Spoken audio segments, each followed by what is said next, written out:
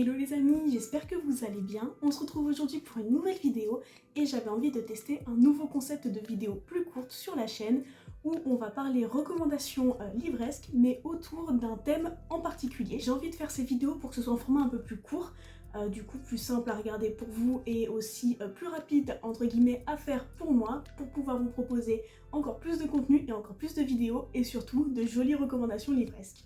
Du coup, trêve de blabla, on commence tout de suite avec la première vidéo de ce concept-là et on va parler recommandations livresques autour de la thématique de l'école, l'université, ce genre de choses. Et donc, premier livre que je vous présente dans cette vidéo, c'est...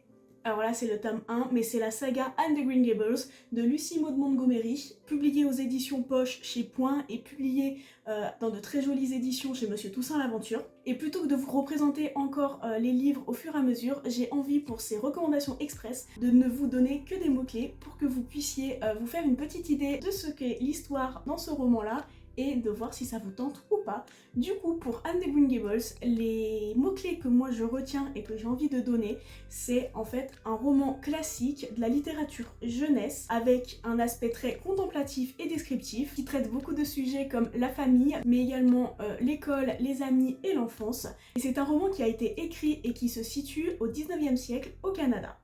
Voilà. Deuxième recommandation autour de la thématique un peu école, je vous présente Éducation meurtrière de Naomi Novik, publié aux éditions Pygmalion, qui est un roman de fantasy young adulte où on va retrouver de la magie, de la sorcellerie, mais également une histoire autour d'une quête d'identité et d'amitié, et tout ça dans une ambiance un peu macabre, puisque ça se passe dans une école pas comme les autres, où si tu échoues, tu meurs. Troisième recommandation dans cette thématique-là, je vous présente la bande dessinée Elle de Aveline Tocard et Kit Toussaint, publiée aux éditions Le Lombard, qui est une bande dessinée assez jeunesse-adolescente qui va se passer au lycée, où on va suivre un personnage principal avec des personnalités multiples. On va retrouver la notion d'amitié, la notion d'émotion dans cette bande dessinée et le fait de trouver sa place dans une nouvelle école, un nouveau lycée. Et enfin, dernière recommandation pour cette première thématique et cette première vidéo de ce concept-là, je vous présente une autre bande dessinée. Il s'agit de Lou Sonata de Julien Nil, publiée aux éditions Glénat, qui est une bande dessinée qui reprend